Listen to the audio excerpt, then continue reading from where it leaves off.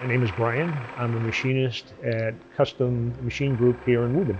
I decided to enroll in the apprenticeship program while I was here at the school. We were talking to different people towards the end of the course. I was going to be working under a master machinist and learning more because although the program was really good, it was only about 3 months long. I wanted to gain more knowledge, so an apprentice program sounded really good. And then they said, well, if you'd be interested in it, we could get your job here. So I said, yeah, definitely. The teachers in the apprentice program helped guide me through the process. It was really easy for me because the guy that was my apprentice was also my boss.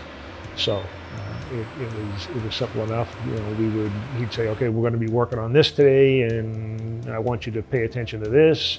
I want you to, be real gentle with this because it's a real small bit, or, just things along the way, little tricks. My current job is as a machinist, which for me entails a lot of things. It's always something interesting when I come to work. I never know what I'm going to be doing.